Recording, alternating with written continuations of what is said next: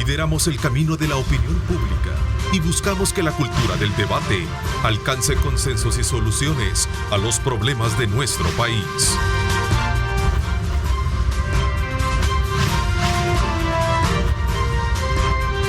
Diálogo con Ernesto López.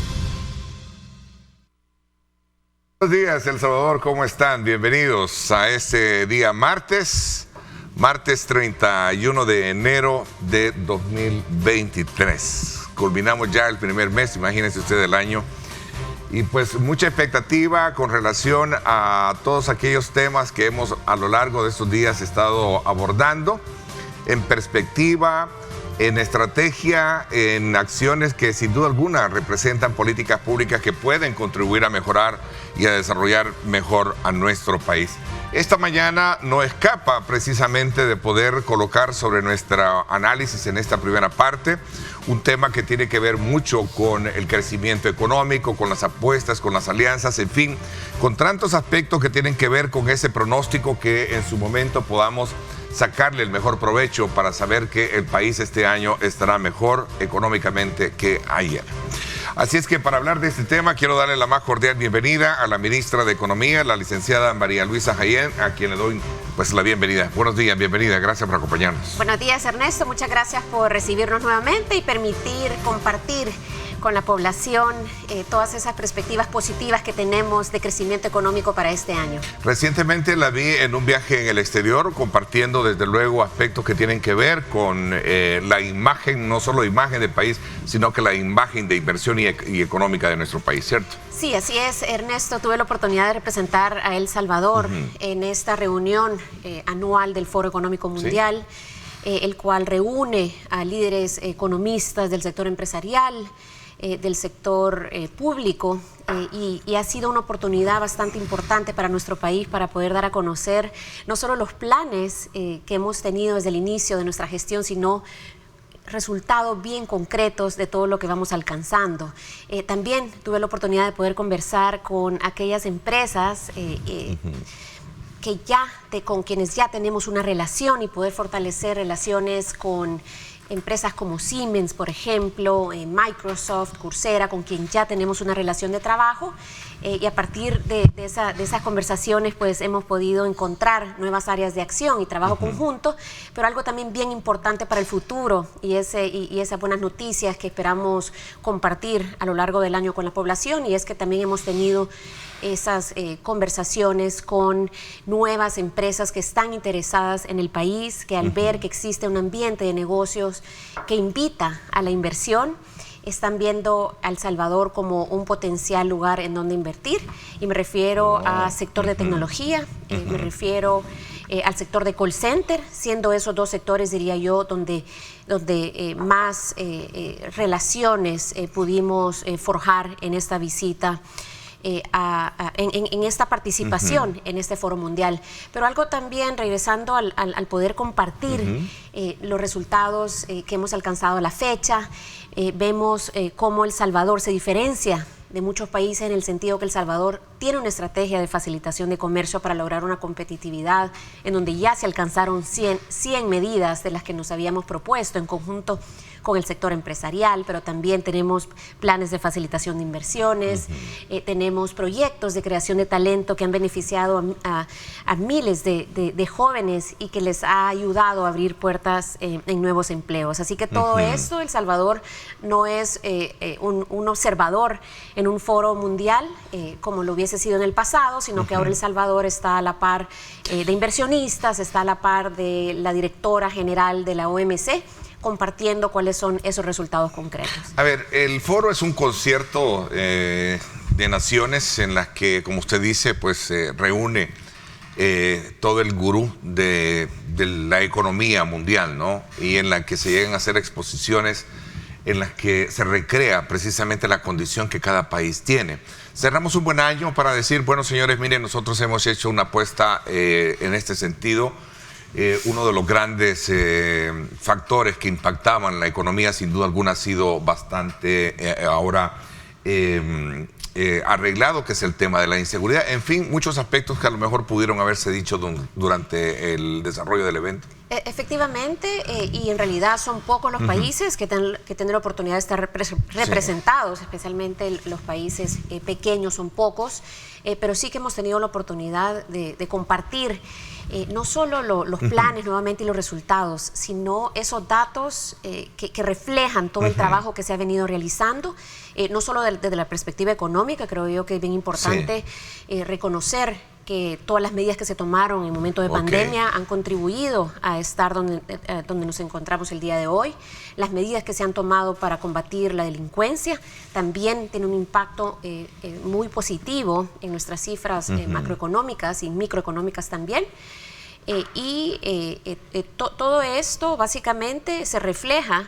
Las acciones se reflejan ahora en números positivos. El año pasado, por ejemplo, nuestras exportaciones crecieron un 11%, nuestras importaciones un 17%, y por supuesto que no podemos dejar de mencionar ese aporte tan importante que hace nuestra diáspora a nuestra economía, y las remesas llegaron a su máximo, las remesas internacionales llegaron a su máximo en la historia de El Salvador. Hubo un incremento de un 3%.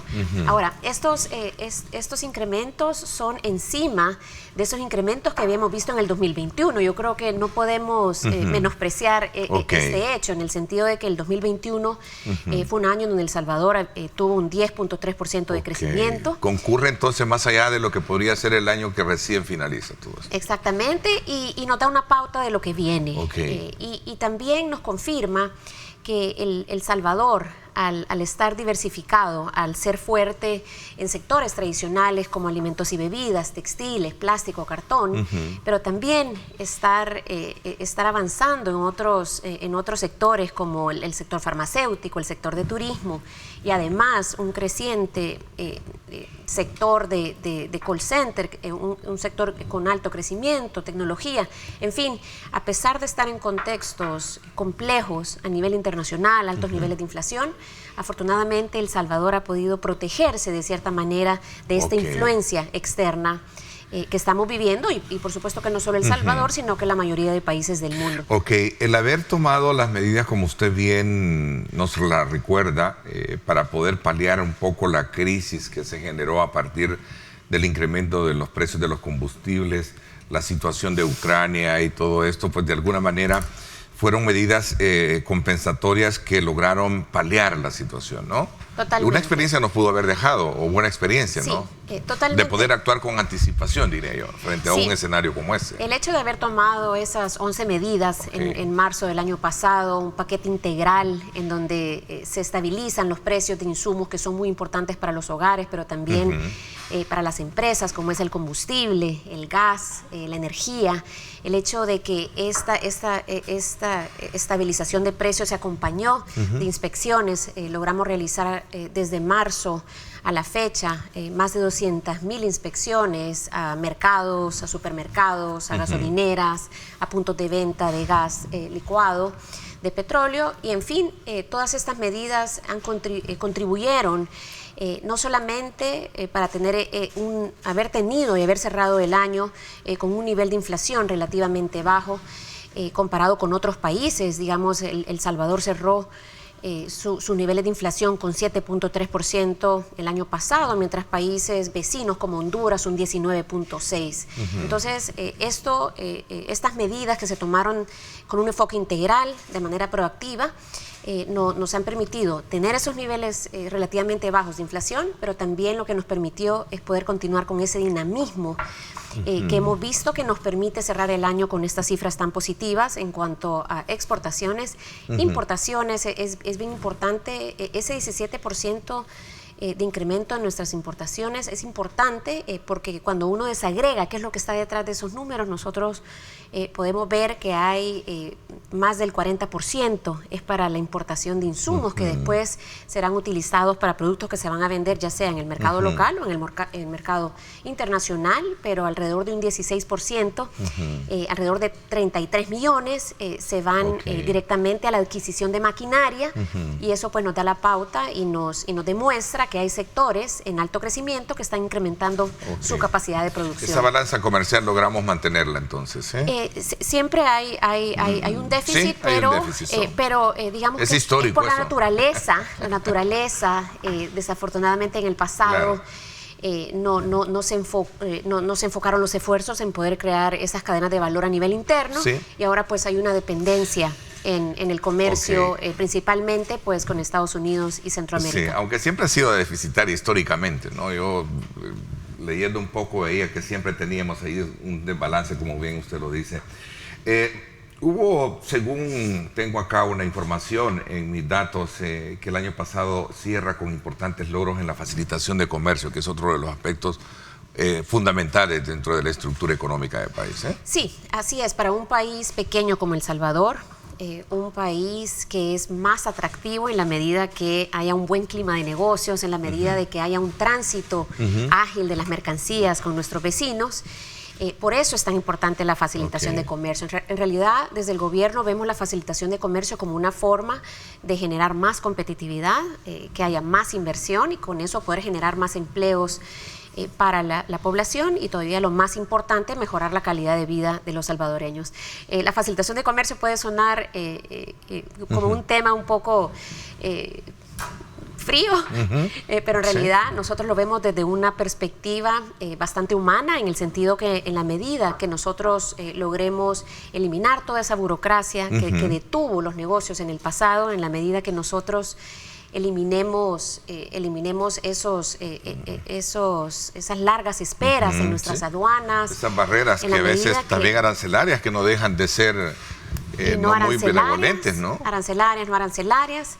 En esa medida, nosotros vamos a poder convertirnos en un país más atractivo para la inversión, y por eso que le hemos dado un énfasis bastante importante. Desde el 2020 hemos trabajado de la mano con 7 asociaciones de comercio en el país, 13 instituciones de gobierno, y nos hemos trazado a la fecha 3 planes de facilitación de comercio. Estamos ya por lanzar nuestro 4º plan en las próximas semanas. Y esto nos ha permitido alcanzar 100 metas, de las cuales unas han tenido un impacto ya positivo en el comercio y otras están encaminadas a tenerlo. Por ejemplo, el año pasado se llegó a un 60% en el avance de la ampliación de del patio de contenedores del puerto de Acajutla. Esto es muy importante, dado que cuando vemos una tendencia de crecimiento de nuestro comercio, es importante que tengamos toda la infraestructura para poder atender este crecimiento. Pero también hubo la inauguración de nuestro puesto fronterizo del Amatillo con Honduras, que también va a tener un impacto positivo en ese tránsito ágil de mercancías. Se adoptó una herramienta digital que es muy importante para agilizar el comercio entre Guatemala y El Salvador, la declaración anticipada, donde básicamente las empresas pueden utilizar medios electrónicos para poder reportar cuál es esa mercadería que va a pasar en frontera. Y eso es facilitar el comercio, para poderlo de alguna manera concretizar así. Centroamérica ha sido, si es que no lo es el primero, después de Estados Unidos, el más grande, digamos, mercado que tenemos nosotros de exportación. Sin duda alguna necesita de todas esas herramientas, ¿no? Así es. Una muy buena sincronización de todos esos procesos. Así es. Nosotros vemos la facilitación de comercio en 3 niveles. En el nivel interno, donde trabajamos para que se simplifiquen todos nuestros procedimientos y se elimine esa tramitología que desafortunadamente fue una barrera, si no la barrera más grande al desarrollo económico de nuestro país. Pero también la vemos a nivel centroamericano. Queremos que esa misma ambición que nosotros tenemos localmente sea la ambición y la visión que tengan nuestros socios comerciales a nivel de Centroamérica, y estamos también trabajando en un proceso de integración profunda con Honduras y Guatemala, que tal como lo dice su nombre, estamos buscando llegar a un nivel de profundidad. Nicaragua no está muy conectado con nosotros, a pesar de que tenemos aisladamente comercio. En realidad hay una buena noticia, y es en el sentido de que El Salvador está ocupando la presidencia de la integración centroamericana por este año.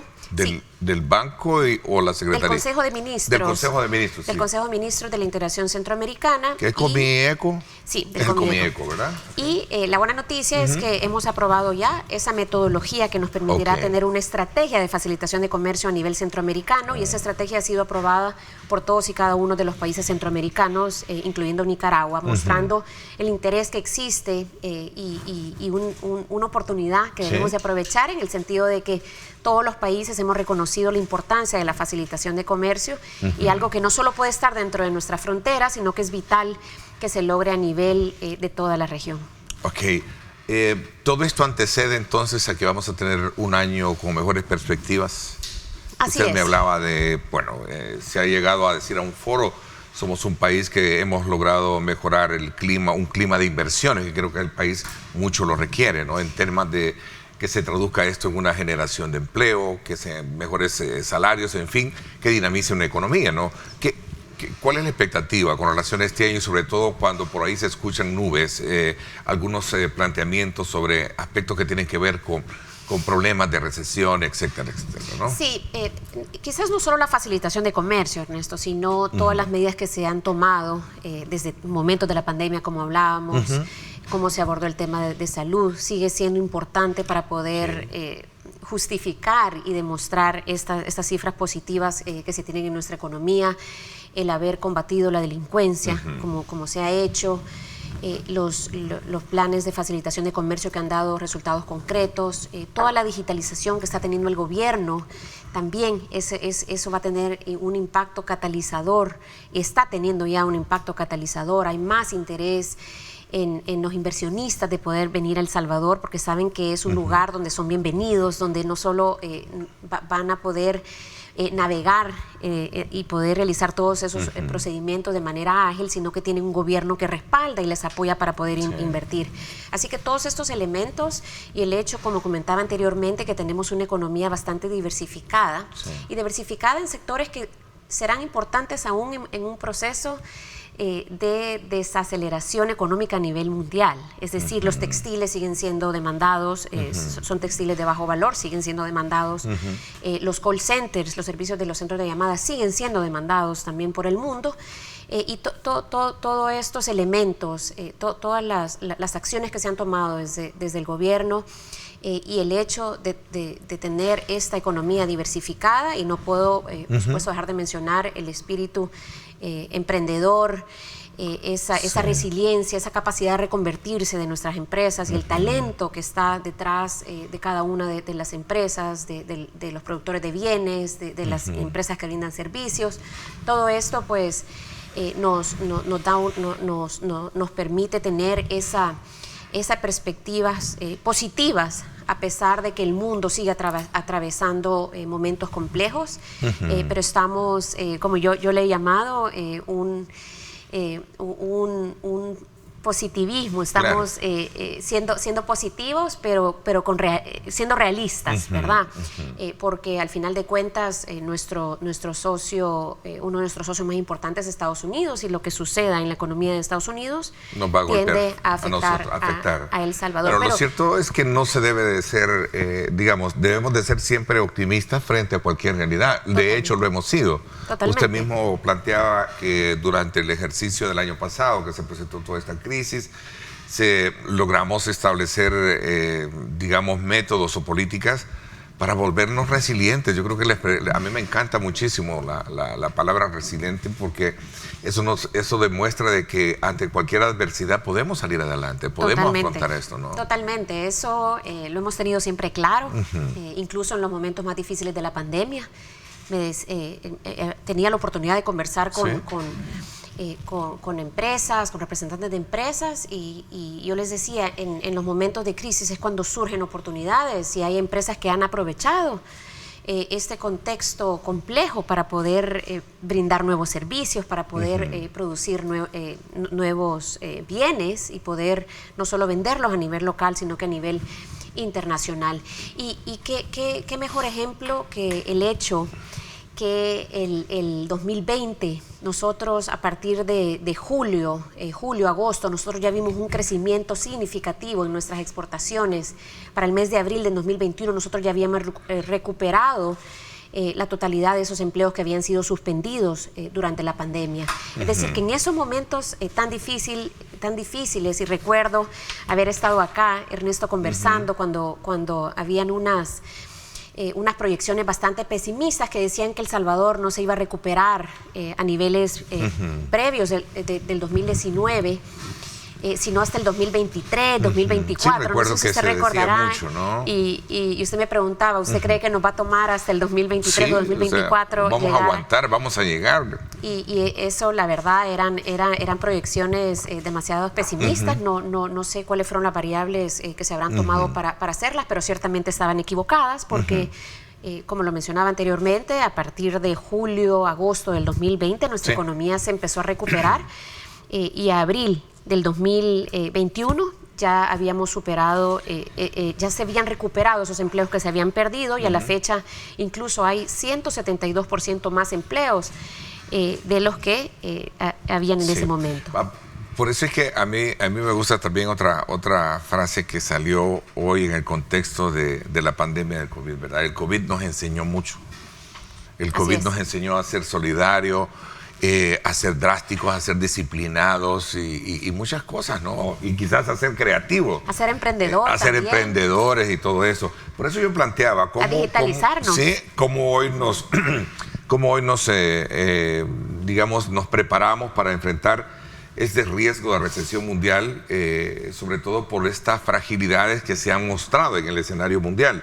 El Banco Mundial, por cierto, advertía que cualquier nuevo choque puede empujar a la economía mundial a una nueva recesión, 3 años después de la que se vivió del COVID, de la que yo les mencionaba. Por otro lado, también el mismo informe que leíamos del Banco Mundial decía de que sería la primera vez que en no sé en cuántos años estaríamos teniendo 2 tipos de recesión en una misma década, ¿no? O sea, una cosa que realmente es de preguntarse, bueno, que de verdad que somos héroes en esto, ¿no? Sí, y justo ese era uno de los temas que se conversaba con la directora del Fondo Monetario Internacional, el nuevo presidente del Banco Interamericano de Desarrollo, bancos internacionales como el Banco de América, todos reunidos en el Foro Económico Mundial, hablaban de cuál será el futuro del mundo, un mundo fragmentado, un mundo con guerras, un mundo con una alta volatilidad en los precios de los combustibles, pero el sentir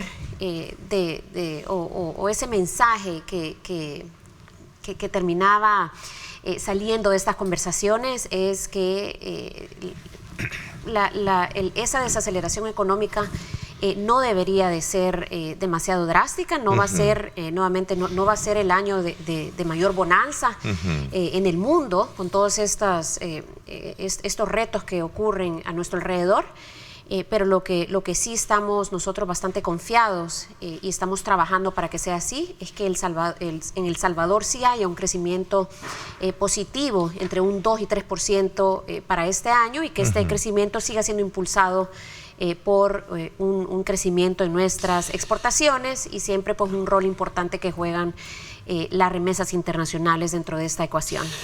Por cierto, este tema se le escuchaba a la directora ejecutiva de ANEP, a Leonor Selva, decir, este es un año que va a probar la resiliencia de todos. Es bastante seguro que la economía se va a desacelerar, se seguirá lidiando con una inflación elevada y eso tiene implicaciones en nosotros, dice. A ver, lo importante, bien usted lo dice, se han recreado condiciones favorables para que nuestro país pueda afrontar cualquier tipo de situación.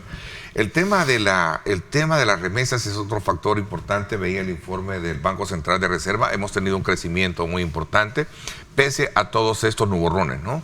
Sí, eso es un fenómeno verdaderamente interesante, Ernesto, en el sentido de que a pesar de que nuestra diáspora, a pesar que nuestros hermanos cercanos que viven en Estados Unidos pasen por situaciones complejas, aún así los salvadoreños... que algunos hemos conversado, tienen 2, 3 trabajos, ellos continúan enviando su remesa. El vínculo es tan fuerte que se ha demostrado que incluso en momentos de recesión, en momentos de crisis financieras, por ejemplo, en Estados Unidos, en algunos casos incluso podrían llegar hasta incrementar las remesas. Así que ese es un vínculo bastante sólido que se tiene y consideramos que son flujos que permanecerán con una tendencia, si no estable, a la alza en el futuro, contrario a lo que se ha pensado en el pasado, que eran flujos que iban a ir decreciendo. Vemos especialmente hoy con esa alineación de nuestra diáspora, con el gobierno, específicamente con el presidente Nayib Bukele, vemos cómo hay un interés de estar cerca del país, de invertir. Hemos tenido la oportunidad de reunirnos con inversionistas salvadoreños, que no solo ellos están invirtiendo hoy en el país, sino que ellos se vuelven en embajadores del Salvador y están motivando, incentivando a otros inversionistas a venir a El Salvador a establecerse. Así que el rol de nuestra diáspora, el rol de nuestros hermanos cercanos, que especialmente viven en Estados Unidos, pues va a ser vital y van a jugar un rol muy importante, como siempre lo hacen, en lo que sucederá este año también en nuestro país. Ese otro componente que tiene la diáspora, no solo desde el punto de vista del aporte que nos da con las remesas, me encanta, me hace sentirme bien. Le decía yo la vez anterior, no recuerdo a quién, a un funcionario, sobre todo cuando me entero de ver estas comisiones, estas comitivas de salvadoreños que vienen entusiasmados a invertir al país. Sí.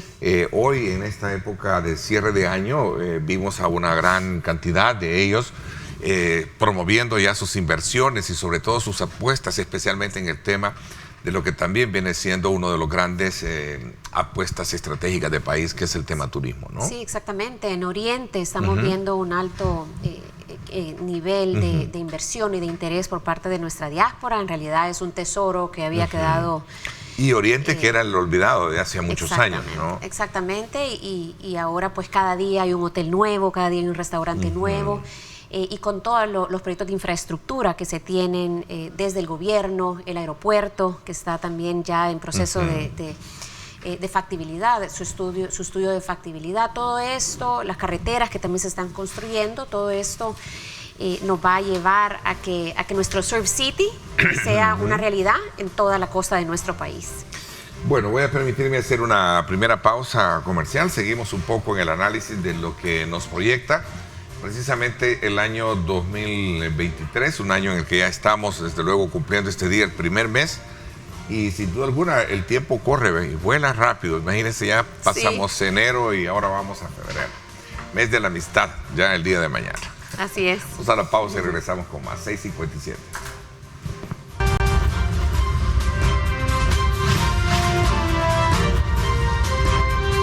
Diálogo con Ernesto López.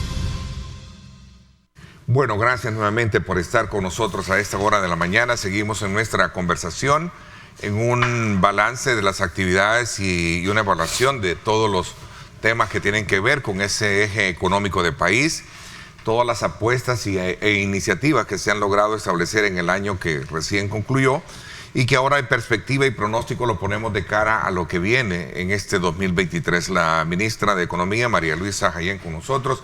Ministra, sin duda alguna el talento humano es una de las grandes apuestas también a las cuales una economía debe de preparar, ¿no? Y sobre todo cuando se trata de hablar de tecnología.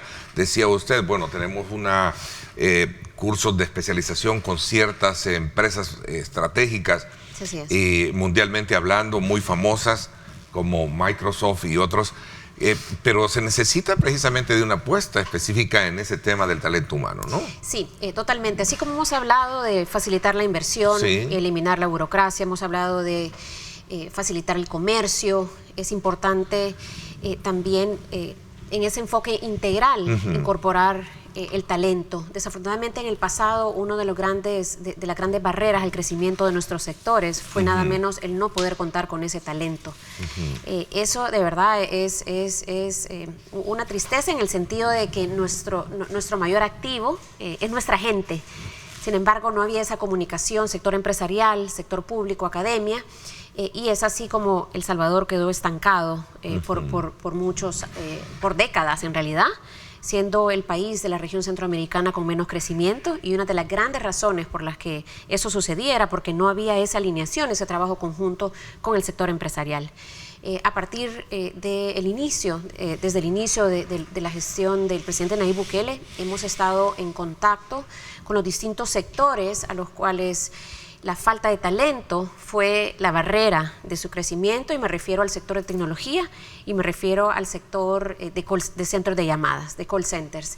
Hemos, nada menos el año pasado, hemos concluido un proyecto piloto con las empresas de call center, con que hemos trabajado de manera muy cercana, no solo en conocer cuál es la necesidad específica que tienen, porque eso es muy importante, sino en cuál es el perfil del joven que debe de aplicar, cuál debe ser la metodología, el monitoreo, cuáles son las ferias que deben de realizarse en el momento que ya los jóvenes están por terminar de capacitarse. Muchas de las capacitaciones son virtuales y han tenido un efecto bastante positivo, y de este piloto el 70% de los jóvenes que participaron encontraron un trabajo casi que el día siguiente después de haber terminado estas capacitaciones. Es así el impacto que estamos teniendo gracias a varios elementos, pero el estar cercano a nuestros sectores empresariales y el poder aliarnos a empresas que tienen una visión similar, y empresas como Amazon Web Services, por ejemplo, Microsoft. Hemos llegado nada menos el año pasado, hemos alcanzado 16.500 beneficiarios o jóvenes que se han entrenado en temas de creación de apps, en temas de ciberseguridad, análisis de datos, y todo esto siempre en línea, en el caso del sector de tecnología, con las necesidades del sector. ¿Y cómo estamos tan seguros que estamos tomando en cuenta esas necesidades del sector? Y es porque hemos creado, para el caso del sector de tecnología, hemos creado un consejo de habilidades tecnológicas, nuestro Tech Skills Council, que nos ha permitido nuevamente trabajar de una forma cercana con nuestras empresas, algunas de las empresas creciendo hasta en 3 dígitos, con un crecimiento hasta de 3 dígitos.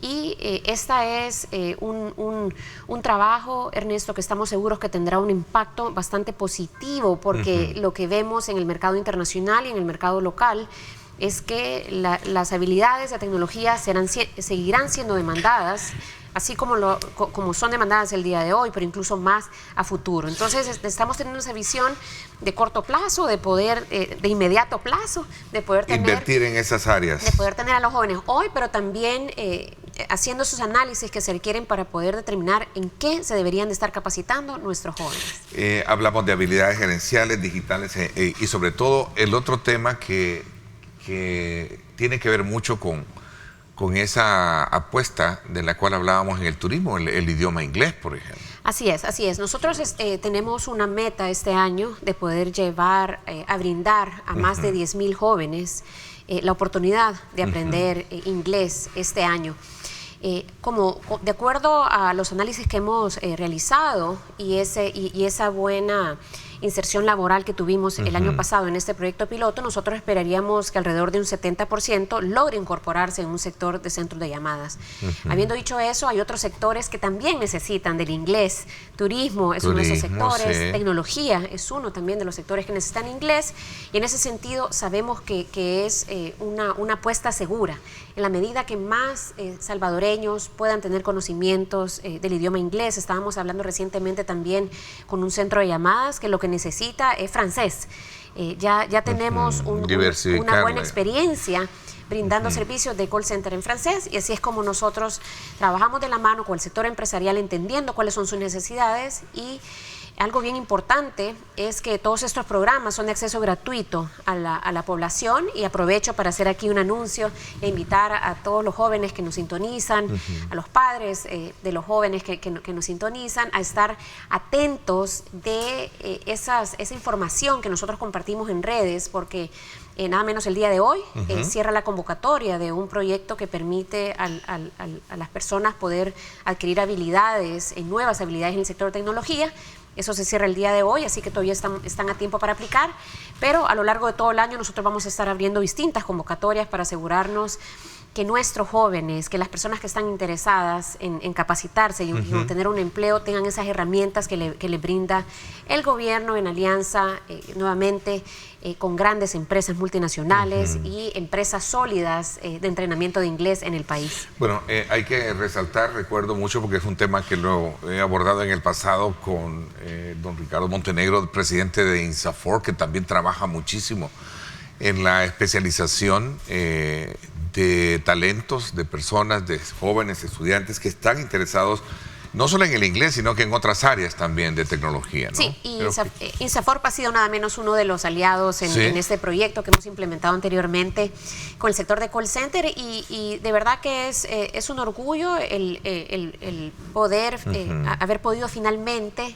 desarrollar un proyecto que sí genera ese talento humano que requiere el sector, porque en el pasado se habían realizado algunos proyectos, pero no necesariamente los que generaban ese talento humano que necesitaban los sectores. Y ahora eso lo estamos tomando bastante en cuenta. Nuevamente, no es solo importante que un sector nos diga, yo voy a necesitar 10,000 jóvenes este año, sino que cuál debe ser ese nivel de capacitación y poder involucrarlos en todo el proceso para asegurarnos que los jóvenes cuentan con todas esas habilidades que necesitan las empresas. Ese mismo modelo lo estamos implementando en el sector de tecnología y esperamos también, hemos estado en conversaciones con el sector textil. Sabemos que también en el sector textil se necesita talento a nivel de supervisión, pero a nivel de operarios no vamos a desaprovechar que El Salvador tiene alta demanda en nuestros sectores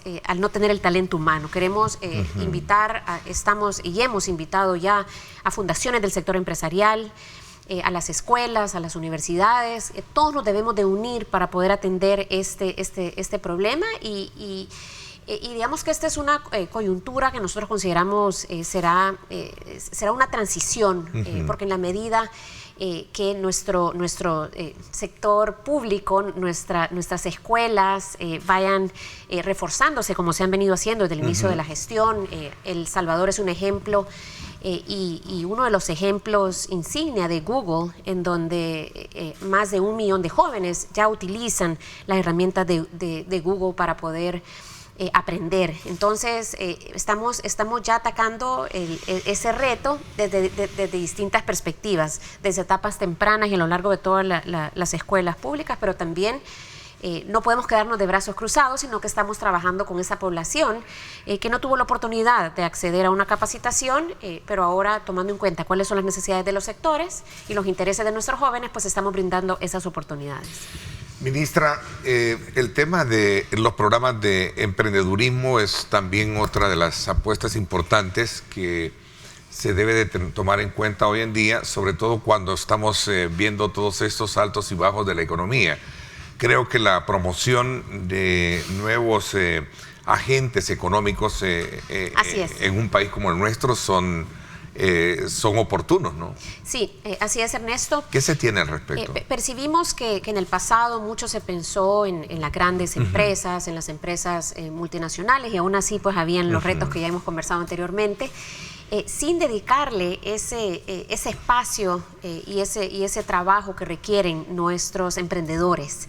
Tanto nuestros emprendedores en el sector de turismo, en el sector de artesanías, que ahora están recibiendo el apoyo de instituciones como CONAMIPE, el Ministerio de Turismo, el Ministerio de Cultura, que es un sector muy importante en nuestros negocios de subsistencia, pero también hay un sector que es muy importante y de alto potencial para el crecimiento económico de nuestro país, y son todos aquellos emprendedores innovadores, aquellos emprendedores que han tenido una idea y han incorporado la tecnología para poder solventar algún reto que existe, ya sea en el sector público o en el sector privado. Y es así como países como Estados Unidos e Israel han podido salir adelante. Algunos países también de Sudamérica tienen un ecosistema de innovación sólido que les ha permitido generar estas empresas, algunos unicornios, empresas que logran crecer a tal punto que venden a nivel global. Y eso es lo que nosotros buscamos, y el tratamiento que le damos a cada una de nuestras empresas, de nuestros innovadores, es el mismo tratamiento que le damos a una empresa multinacional. Creemos que hay un potencial enorme y no solo el Ministerio de Economía. Hemos tenido la oportunidad de hacer alianzas con más de 50 organizaciones, llámese academia, por supuesto que las instituciones de gobierno relacionadas con AMIPE, el Centro Nacional de Registro, todos con esa misma visión de poder apoyar y brindarle todas las herramientas que necesitan nuestros emprendedores innovadores para poder triunfar. En nuestra red de 50 socios hay firmas de abogados, hay también firmas grandes de tecnología. Amazon Web Services forma parte de nuestro ecosistema, empresas como Microsoft, muy activos en el desarrollo de nuestro ecosistema de innovación. Así que consideramos que ahí hay un tesoro, ya lo estamos viendo empresas que ya están triunfando nuevamente, no solo a nivel local y a nivel internacional. Nosotros no podemos seguir enfocando nuestros esfuerzos en un mercado local. Está bien que hay unas empresas que ya están viendo el mercado centroamericano, pero tenemos que empezar que pensar global. En la medida que un país pequeño, siendo el talento como nuestro mayor activo, lo que debemos de hacer es enfocarnos en servicios, por supuesto que también en nuestros sectores tradicionales, pero los servicios son un alto potencial que podrán traer desarrollo a nuestro país. Bueno, entiendo que adscrito a ustedes está Conamipe, ¿verdad? Aunque tiene su propia, digamos, su propia hegemonía también de trabajo. Autonomía. Pero sí, pero le apuestan muchísimo también a la formación, a la capacitación de empresas del micro, de apoyar precisamente ese sector que yo siempre he considerado que es el héroe anónimo de una economía, ¿no? Totalmente, es la gran cantidad y la mayor cantidad de empresas en nuestra economía son micro y pequeñas, y es por eso que el enfoque que ha tenido Conamipe ha sido un enfoque integral, y regreso a la palabra integral porque es muy importante. Ha sido un acompañamiento, se les ha brindado asistencia técnica, también financiamiento para poder hacer crecer sus negocios, ya que notamos que solo brindar una herramienta no es lo que necesitan las empresas para poder salir adelante. Necesitan todo un esquema de acciones para que nuestras empresas logren, como siempre le he dicho yo, pasar de micro a pequeñas, de pequeñas a medianas, y así sucesivamente. Así que en ese trabajo, pues, Conamipe está avanzando bastante de la mano con el Ministerio de Cultura, el Ministerio de Turismo y el Ministerio de Economía, para asegurarnos que se le brinden todas esas herramientas. Por ejemplo, la propiedad intelectual es súper importante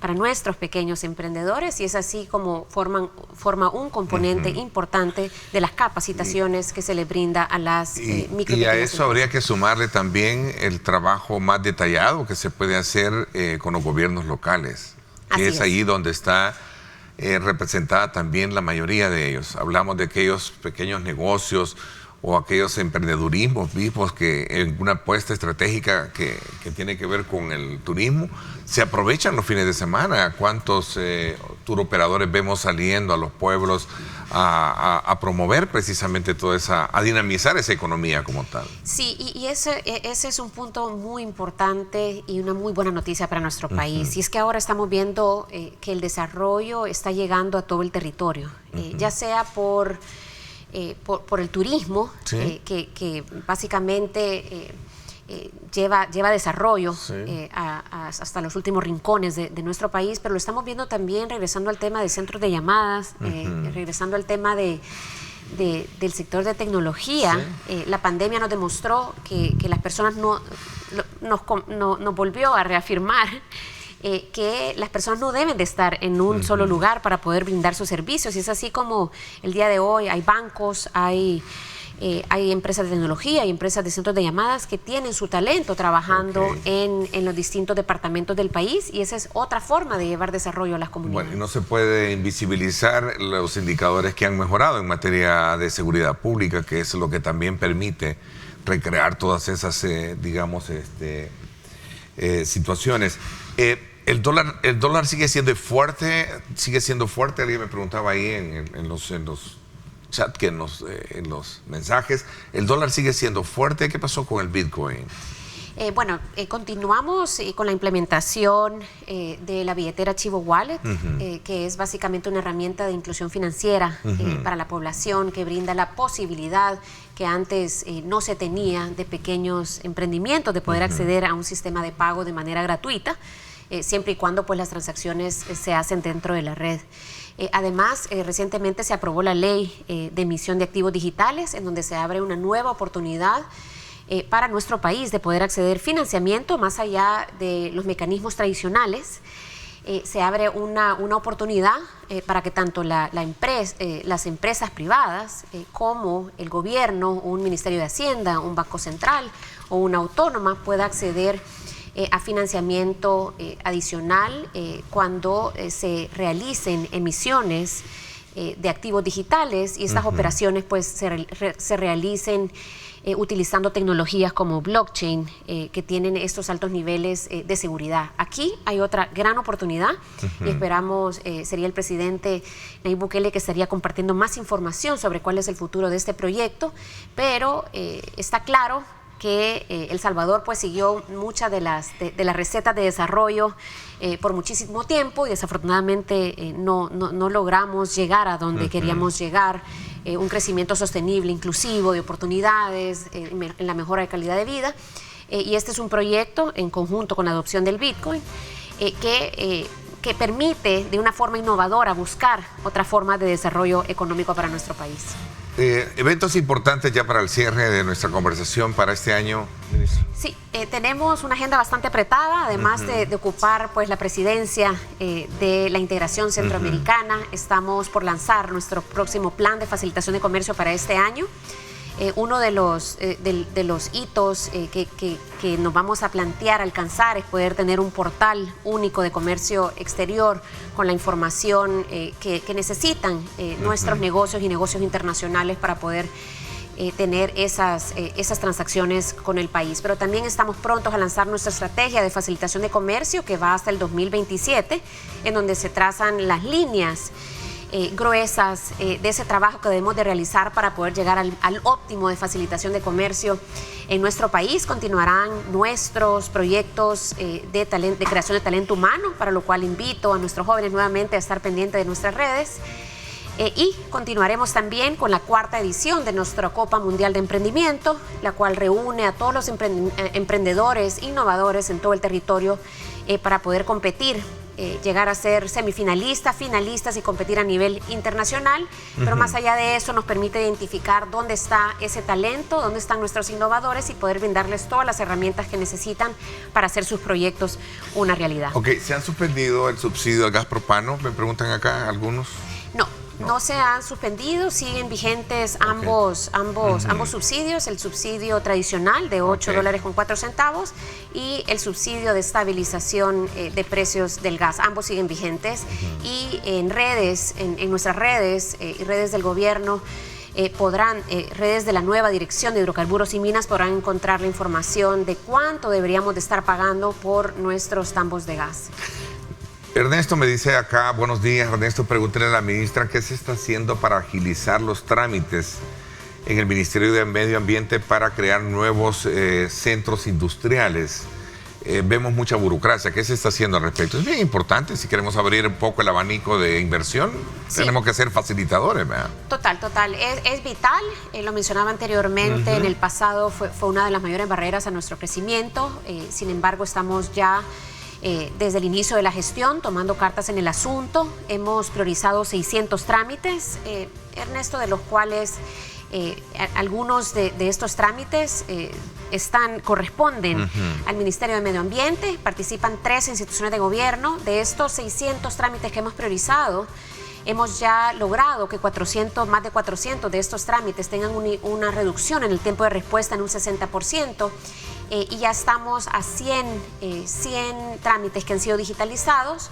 Todos estos trámites formarán parte de nuestra gran sombría simple SB y las empresas podrán hacer todos sus procedimientos y obtener todas las autorizaciones que se requieran, las podrán hacer por medio de esta ventanilla. Bueno, el tiempo se me fue. Quiero agradecerle que nos haya acompañado. Ministra, gracias por darnos una lectura y pronóstico de lo que vamos a tener de cara a este año 2023. Le agradezco muchísimo su visita. Gracias Ernesto, y pues reitero, estamos optimistas, realistas, y para ello pues invito a la población, a nuestros empresarios, a nuestro talento humano a continuar con esa resiliencia, como hablábamos, a continuar con ese ímpetu y con ese dinamismo para poder lograr esas metas de crecimiento económico, pero más importante, pues esas metas de generación de empleo y de mejora en la calidad de vida de la población. Muchas gracias. Interesante, gracias, le agradezco muchísimo. Nos vamos a la pausa. Cuando regresemos, vamos a conocer detalles de cómo comienza su trabajo de cara a este año, el nuevo Instituto Crecer Juntos. Estará con nosotros la directora ejecutiva, la doctora Eunice Deras. Así es que desde ya acompáñeme. Vamos a conocer detalles acerca de esta nueva figura, de esta nueva institución, de cara a lo que es la implementación de la ley Crecer Juntos y otros aspectos de beneficio para la infancia. Vamos desde luego a la pausa y regresamos con más.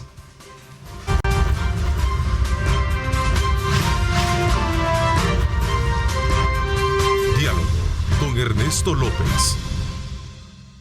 Bien, gracias nuevamente por estar con nosotros. Vamos a aprovechar darles a conocer a ustedes a esta hora de la mañana cómo está el tráfico para que usted pueda tener de primera mano también poder desplazarse por las principales calles y avenidas de la ciudad capital.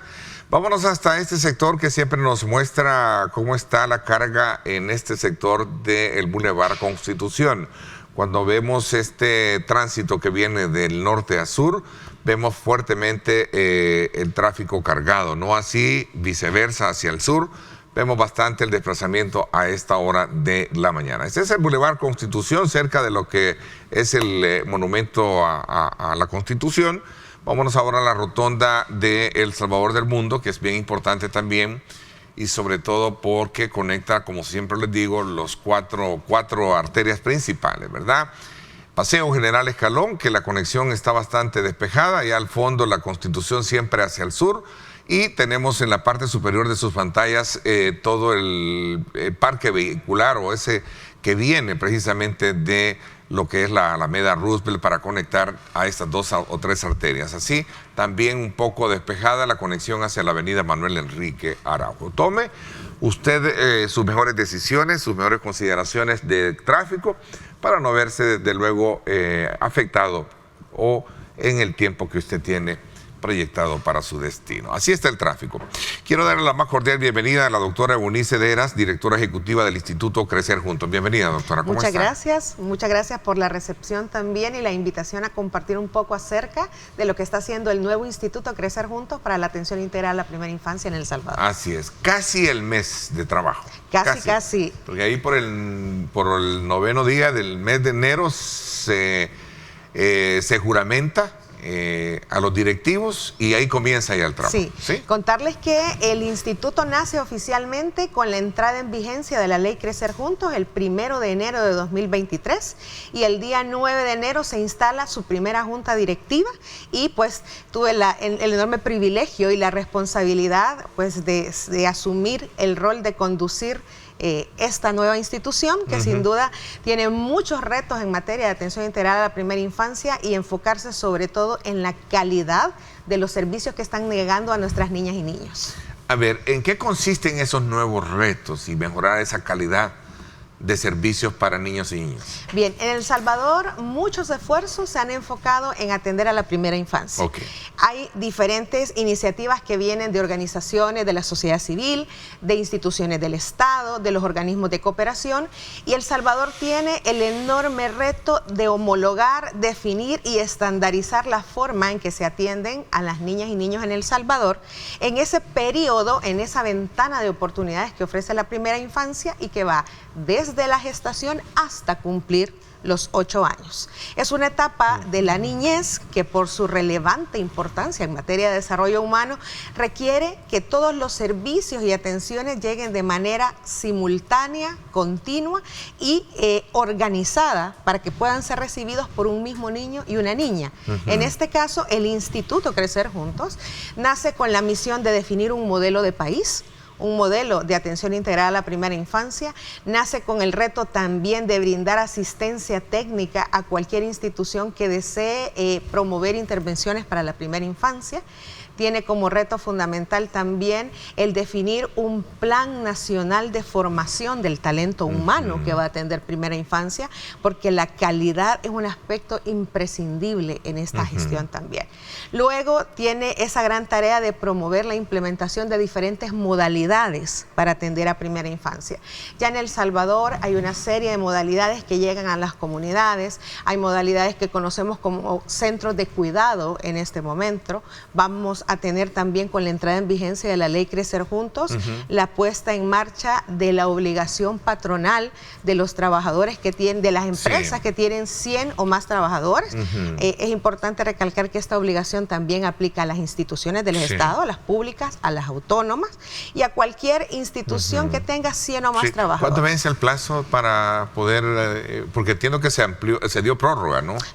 Contarles primero. ¿O es vigente? Cuéntanos un poquito la historia, porque ese es un punto bien importante si lo queremos ver desde el punto de vista de una, digamos, atención a un nicho de población de madres o padres, porque creo que también lo habrán, que necesitan de un auxilio de esa naturaleza. Bien, ¿no? Comentarles primero que, como recordarán, El Salvador en 2018 aprobó su ley para la regulación e instalación de salas cunas y lugares de custodia.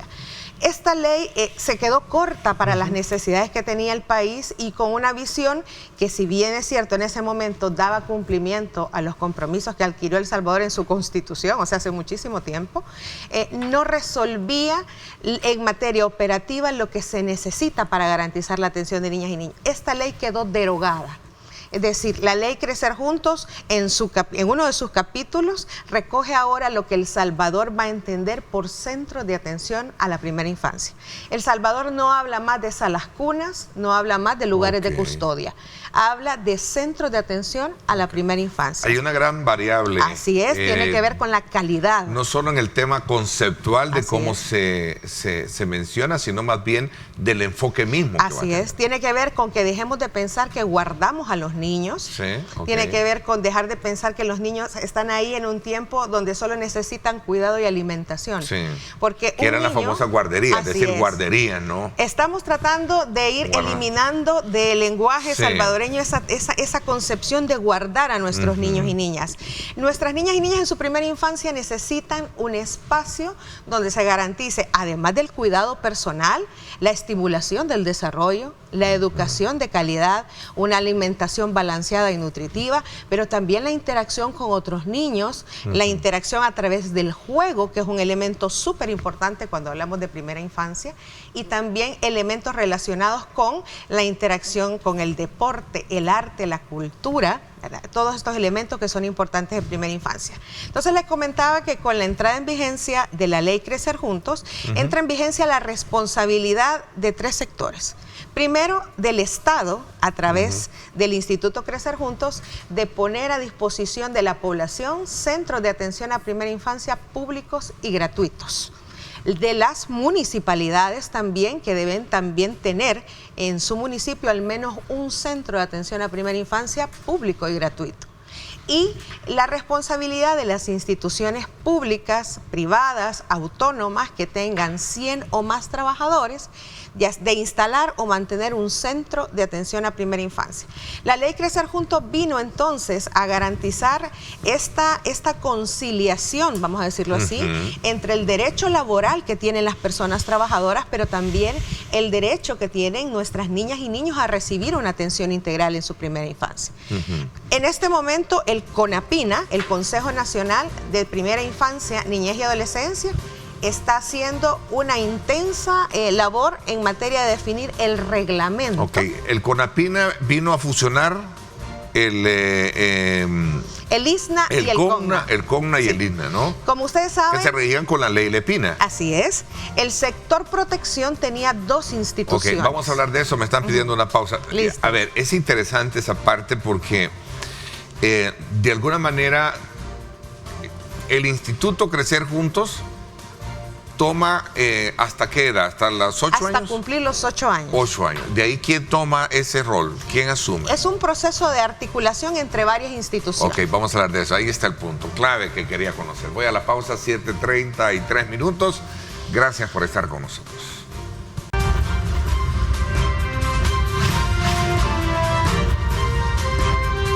Diálogo con Ernesto López.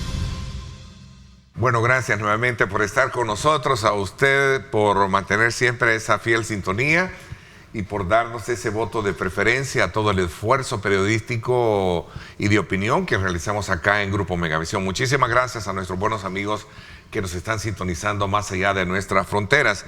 Seguimos en esta conversación conociendo el trabajo que va a desarrollar a lo largo de lo que viene por delante el Instituto Crecer Juntos con la doctora Eunice Deras, que es nuestra invitada de hoy. Ella es directora ejecutiva de la institución. Le decía, y nos habíamos quedado un poco en ese tema de fusión de trabajo que se tenía y sobre todo también quién asume la responsabilidad después de atender ese nicho poblacional después de los 8 años. Bien, quizás para que también nuestros televidentes comprendan un poco la interacción o la articulación que hay entre las diferentes instituciones. El Instituto Crecer Juntos es el responsable de definir el modelo de atención integral a la primera infancia desde la gestación hasta cumplir los 8 años. Esa etapa que comprende y está comprendida dentro de la niñez. ¿Qué sucede? Esta es una carrera por articular los servicios y atenciones para primera infancia y empezamos conectando la educación prenatal que ofrece las instituciones del Sistema Nacional Integrado de Salud con el parto respetado y el nacimiento con un cuidado cariñoso y sensible. Luego el instituto pone a disposición una serie, o va a poner a disposición una serie de modalidades de atención a primera infancia con énfasis en la población de 0 hasta cumplir los 4 años, sin dejar de pensar o dejar de vigilar lo que va a suceder hasta cumplir los 0 8. es la concepción. Estamos hablando de 0 con el punto de origen de la vida, exactamente. Sí, desde la concepción. Así, desde el ¿no? momento de la concepción. Por eso la primera infancia incluye la gestación. Hablamos de gestación, de ese bebé que está en el vientre materno y que se está desarrollando. Que ya necesita ser atendido. Por eso tenemos una conexión muy importante con el Ministerio de Salud como ente rector del Sistema Nacional Integrado de Salud para todo el componente de educación prenatal y el parto respetado, el cuidado cariñoso y sensible del recién nacido. Como le decía, el instituto luego va a poner una serie de modalidades que se van a enfatizar en 0 a 4 con la idea de que ese niño o esa niña se conecte al cumplir los 4 años con el sistema educativo. En este caso con una parvularia. Y en ese momento a los 4 años. En ese momento hacemos el enlace con el Ministerio de Educación, que también está haciendo un esfuerzo muy importante en territorio para tratar de poner a disposición de la población parvularias. En este caso es lo que famosamente conocemos como Kinder 4, Kinder 5 y preparatoria, en el caso de las niñas y los niños. La idea es poder conducir a ese niño y a esa niña durante todo este tramo de la vida hasta llegar al punto en que hace la transición al primer grado de la educación básica. ¿Por qué? Porque necesitamos que nuestras niñas y niños tengan todas esas habilidades, todas esas competencias, desarrollen todas esas capacidades que le van a permitir entonces arrancar al partir del primer grado con una mejor calidad y un mejor aprovechamiento en el sistema educativo. Entonces, estamos conectando servicios, estamos conectando atenciones.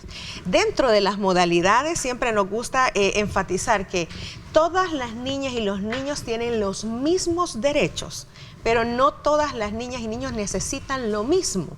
Por eso El Salvador tiene que abrir una gama de modalidades de atención a la primera infancia para poder definir en qué momento interactuamos con ese niño, esa niña y su familia. Los centros de atención a primera infancia están pensados como una modalidad para familias que trabajan. Es decir, esa familia que tiene que dejar a un niño y una niña al menos 1 hora antes de que inicie su jornada laboral y lo recoge al menos 1 hora después de que finaliza la jornada laboral. Esto implica que ese niño pasa entre 8 y 10 horas en una modalidad de atención a primera infancia donde no podemos darnos el lujo de que solo reciba cuidado. Si ese niño va a permanecer esa cantidad de tiempo en un centro y va a compartir con su familia un tiempo limitado que incluye el resto de la noche y los fines de semana, ese centro de atención a primera infancia tiene que darle cuidado, atención de calidad y tiene que promover una interacción positiva, porque ese niño está encontrando en ese personal que lo atiende su figura de apego, está encontrando la seguridad, está promoviendo su autonomía y está aprendiendo a conocer el mundo también. A ver, todo esto concatenado, como bien usted lo dice, con la ley Crecer Juntos, ¿no? Así es.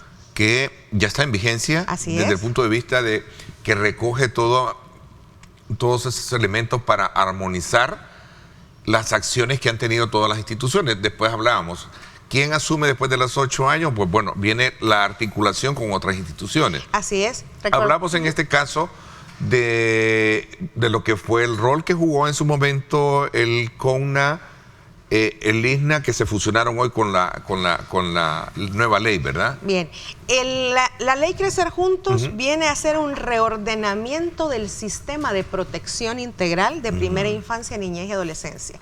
Hasta diciembre del 2022, el sistema de protección en El Salvador tenía una serie de instituciones encabezadas por el CONA, el Consejo Nacional de Niñez y Adolescencia, que es el ente rector en materia de protección, y por otro lado el ISNA, el Instituto Salvadoreño para el Desarrollo Integral de la Niñez y la Adolescencia. El ISNA en su momento fue el ejecutor de las medidas de protección del sistema. Es decir, bajo su responsabilidad se encontraban en este caso los centros de acogimiento, los centros de bienestar infantil, los centros también de inserción social, una serie de modalidades para atender a niñas, niños y adolescentes que estaban bajo una medida de protección especial. Con la fusión de estas dos instituciones para dar nacimiento a partir del 1 de enero de este año al Consejo Nacional de Primera Infancia, Niñez y Adolescencia, superamos la duplicidad entre las instituciones. Ya no tenemos dos instituciones que rigen el sistema de protección, tenemos un solo ente rector. Bajo este ente rector están también las instituciones, o sea, los servicios o modalidades que van a atender la protección especial, pero sobre todo también toda la competencia que tiene que ver con la protección integral, es decir, que cada institución que es garante de un derecho en particular cumpla con lo que tiene que hacer.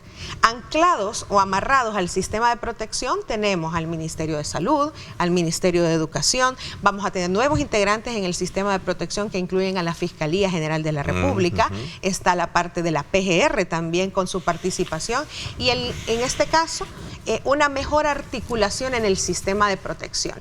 Acá también quería aprovechar para contarles a nuestros televidentes que el Instituto Crecer Juntos va a formar parte del sistema de protección de primera infancia, niñez y adolescencia. ¿Qué implica ser parte de un sistema de protección? Implica que el instituto debe velar porque se cumplan derechos, pero también tiene que tener la capacidad de responder cuando haya que identificar una situación que vulnera un derecho y también participar de la restitución de los derechos de las niñas y los niños. A ver, aquí interesante cómo hemos logrado ir estratificando una muy buena explicación y le agradezco muchísimo porque con esta nueva ley, con todas estas nuevas reformas que se han hecho, sin duda alguna es para detenerse y poder conocer cómo es que ahora está estructurado todo esto.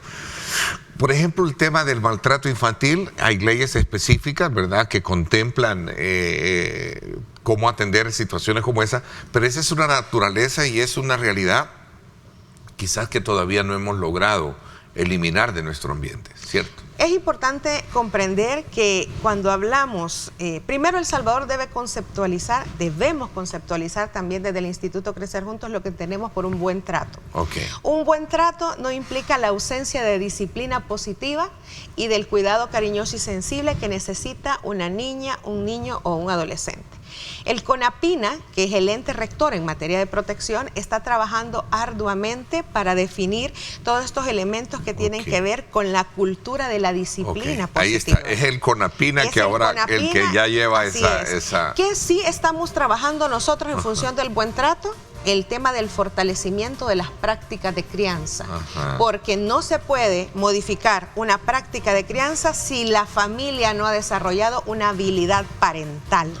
¿Qué significa esto? Un trabajo estrecho con las familias para identificar que hay otras maneras de corregir, pero sobre todo que la familia entienda que en el proceso del desarrollo hay una serie de cambios que implican modelación de la conducta, la autonomía de las niñas y los niños y la posibilidad de aprender a decir y a manifestar lo que siento y lo que pienso también, que es parte del desarrollo en la primera infancia. Es importante que la población conozca también que cuando hablamos de buen trato, estamos hablando también de esa interacción positiva, de esa capacidad que debe tener una familia de mirar a los ojos a ese niño, a esa niña y poder interactuar y conocer lo que está pensando sin necesidad de que lo haya exteriorizado. Bueno, interesante ese punto. Tengo 2 que 3 preguntas acá que nos están formulando nuestros televidentes. Voy a trasladárselas cuando regresemos. Son las 7 de la mañana con 46 minutos. Pausa y regresamos con más.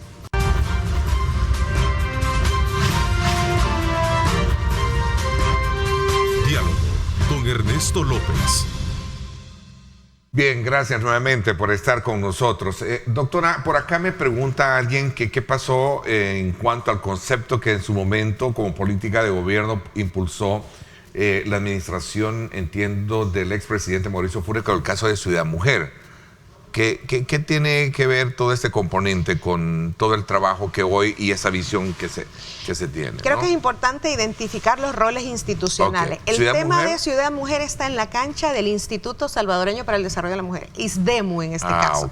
Entonces, ¿qué pasa? Con el tema de ISDEMU y el tema de Ciudad Mujer hay un proceso de articulación de servicios que hay destinados a esa población en general y que están conectados también con la parte de atención a embarazadas. Entonces, esa cancha está en el por eso es lo que hablábamos. Después de ustedes vienen otros roles. Hay otras instituciones que juegan. Se están conectando en este caso, ¿verdad? Pero en el caso particular de Ciudad Mujer, es una cancha que está en pero ISDEMU. ¿sigue vigente Ciudad Mujer? Esa es la pregunta. Entiendo que hay una serie de programas que están continuando, me imagino, no tengo tampoco conocimiento profundo al respecto, pero entiendo que la oferta de servicios se sigue articulando y que hay, el concepto es un conjunto de servicios en un mismo espacio. ¿Y las instalaciones? En el que haya una serie de intervenciones. Ajá. ¿Y las instalaciones? Pues no podría darle mayor información al respecto. Sí. Entiendo. A ver, Ernesto, pregúntale, ¿por qué en el país cuesta mucho, que se me iba perdiendo, nos están pasando demasiados, ¿por qué en el país existen mucha burocracia para poder, dice acá, adoptar un niño? Así está. Buenos días, Ernesto, un saludo muy especial. Quisiera saber por qué en El Salvador es bien difícil adoptar un niño. Bien, dice creo que Mauricio Díaz. El tema de la adopción también es un tema que está en la cancha del Consejo Nacional de Primera Infancia, Niñez y Adolescencia, el CONAPINA en este caso. Pero creo que la población debe comprender que el hecho de un proceso de adopción implica la seguridad y la certeza de que la familia que va a recibir a ese niño, a esa niña o a ese adolescente va a tener las condiciones para garantizar su bienestar, su seguridad, su desarrollo integral, pero también la capacidad de comprender el entorno muchas veces adverso del que ha venido una niña, un niño o un adolescente que es sujeto de adopción. Hay muchas instituciones que están trabajando para agilizar los procesos, también la oficina de adopciones, que también sería importante que pudiera compartir con ustedes acerca de lo que está haciendo en función de agilizar los procesos. Pero es importante comprender, el proceso de adopción es un proceso que implica también una preparación para la familia, la preparación para recibir a un nuevo integrante, pero también la continuidad, porque estamos hablando de un niño y una niña que se inserta en una nueva estructura familiar, que tiene una historia, que a lo mejor ha pasado por una situación adversa en su infancia y que por supuesto requiere de todo el amor, el cuidado y la comprensión que una nueva familia le pueda dar. Ok, tengo acá. Buenos días, Ernesto. ¿Qué harán con los niños que andan los padres limpiando parabrisas y niños de 1 a 5 años? Bajo árboles, en el sol, lo demás todos los días los vemos en bulevares como Los Héroes, Metrocentro. ¿Se les puede, qué hacer con ellos? ¿A qué se les puede dar trabajo? No sé. Bueno, no aspiramos a que un niño en su primera infancia trabaje. Estamos en contra totalmente del trabajo infantil, ¿verdad? ¿Qué sí estamos haciendo y qué va a hacer el Instituto Crecer Juntos? Hace unos minutos yo le decía, el instituto tiene que generar una serie de modalidades públicas y gratuitas para la población que tiene diferentes contextos. En conjunto con el CONAPINA estamos trabajando también en un esfuerzo para la atención de niñas, niños y familias que tienen conexión con la calle. Y también para definir toda una serie de intervenciones que van en función de un programa o de un plan que se llama Niñez Segura. ¿Qué pasa con estas niñas y niños que están en esta condición? Primero, hay una decisión de los padres de tenerlos a su lado, porque también para unos implica pues una aportación económica, es decir, lo que consiguen con estas niñas y niños en este contexto. El instituto va a diseñar una serie de modalidades que permitan que ese niño esté en un entorno seguro durante un aproximado de 8 a 10 horas, ¿verdad? Y luego vamos a conectar con el CONAPINA la posibilidad de garantizar que ese niño y esa niña que está dentro de una familia que tiene conexión con la calle tenga otra serie de posibilidades para evitar precisamente este tipo de situaciones. Comentar también que esto es un esfuerzo que implica tiempo y que también implica un cambio en la concepción de lo que entendemos por los derechos de nuestras niñas y niños. La población está también en este momento sabedora de los esfuerzos que hay para controlar el tema de la violencia también. Hemos avanzado mucho en esa parte. Y en ese factor, doctora, que tiene que ver con el trabajo de ustedes, sin duda alguna, hasta los 8 años, de 8 años hacia atrás, a 0, sin duda alguna hay un entorno de familia. Así en esos entornos de familia ocurre de todo, ¿no? Es importante, por eso mencionaba hace un ratito, una familia no puede cambiar una práctica de crianza si no ha desarrollado una habilidad parental. Le hago esta pregunta porque aquí, perdón que la interrumpa, pero quiero sumar a este comentario que nos hace Alex Vidal. En este programa de primera infancia o Crecer Juntos deberían incluir acciones como quitarle los hijos a madres o padres abusivos que maltratan a sus hijos. Okay. O sea, estamos hablando de 0 a 8 años, que es un típico también que sucede. Sí, claro que sí, y hay muchos contextos adversos sin duda en El Salvador todavía. Entonces, ¿qué es lo que necesitamos comprender también? El que una familia llegue a esta situación de vulnerar los derechos de sus niñas y niños implica que le hemos fallado también como Estado, como sistema de protección y que le hemos fallado como familia directamente. Ahora, el retirar a un niño o a una niña que es víctima de abuso o maltrato de su entorno familiar implica la posibilidad de tener un nuevo entorno donde llevarlo. El que un niño que es víctima de abuso o maltrato infantil vaya directo a un centro de acogimiento debería ser la última medida que el Estado aplique en estos casos. La ley Crecer Juntos ahora está poniendo nuevos retos y nuevas disposiciones, que es una de las primeras que debemos entender en este caso es que quien debe salir del entorno que está causando la agresión no es el niño, es el agresor. La ley Crecer Juntos va a promover este tipo de conductas también, es decir, no vamos a seguir victimizando a nuestras niñas y niños. Ahora, también es importante recalcar que muchas personas no reconocen que lo que están haciendo es un maltrato o una negligencia. Eso implica para nosotros también un arduo proceso de formación y sensibilización, pero sin duda una actitud de 0 tolerancia al maltrato infantil. Nuestro personal también está trabajando para identificar estas situaciones y activar el sistema de protección.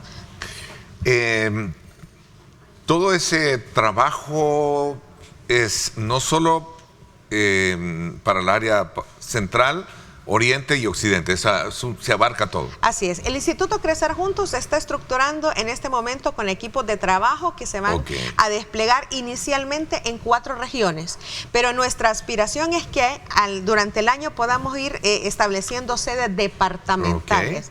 Para poder alcanzar a todos los departamentos estamos conformando un equipo técnico multidisciplinario, porque la atención a primera infancia necesita de todas las visiones de las profesiones en este caso. Necesitamos trabajadores sociales, psicólogos, educadores, necesitamos también médicos, enfermeras, toda una serie de un equipo que lleve y garantice la calidad de la atención. Entonces esperamos que este despliegue, que en este momento abarca 4 regiones de El Salvador, llegue y alcance los 14 departamentos del territorio nacional. A ver, buenos días, dice Emilia Chamagua. En el Isla los niños reciben castigos de los tíos, no sé, danos tíos, de hasta hoy hay un cuarto, bueno, no se le entiende, doña Emilia, donde reciben los castigos. Deberían de ser algo al respecto. Comentarle que el CONAPINA, en conjunto con el instituto, está haciendo todo un diagnóstico de cada centro de acogimiento en El Salvador, porque debemos cambiar y asegurar las condiciones en las que viven estos niños y niñas. Ha sido muy interesante conocer el ADN de cómo ahora está proyectado todo este énfasis de atender a la primera infancia, conociendo esta nueva, digamos, instancia que ve desde el 0 a 8 años, ¿verdad? A esa figura del niño o niña. Y eso es lo importante, que ahora podamos ir poco a poco, como dice, consolidando un proyecto que busque ya a ellos someterlos a un desarrollo más integral de lo que se tenía anteriormente. Muchísimas gracias por habernos ilustrado toda esa parte. Gracias, muchas doctora. gracias. Gracias también por la oportunidad de compartir con la población lo que está haciendo el Instituto Crecer Juntos. Esperamos muy pronto estar nuevamente aquí con ustedes para contarles sobre el modelo de atención integral a la primera infancia y sobre el inicio de la implementación de nuevas modalidades para atender a nuestras niñas y niños. Así que gracias por la oportunidad de compartir y espero tener este espacio nuevamente para contarles de los avances. Por supuesto, así será. Le agradezco muchísimo. Por mi parte, esto es todo por hoy. Pásenla bien y, como siempre, recuerden lo más importante: amar a Dios sobre todas las cosas. Lideramos el camino de la opinión pública y buscamos que la cultura del debate alcance consensos y soluciones a los problemas de nuestro país.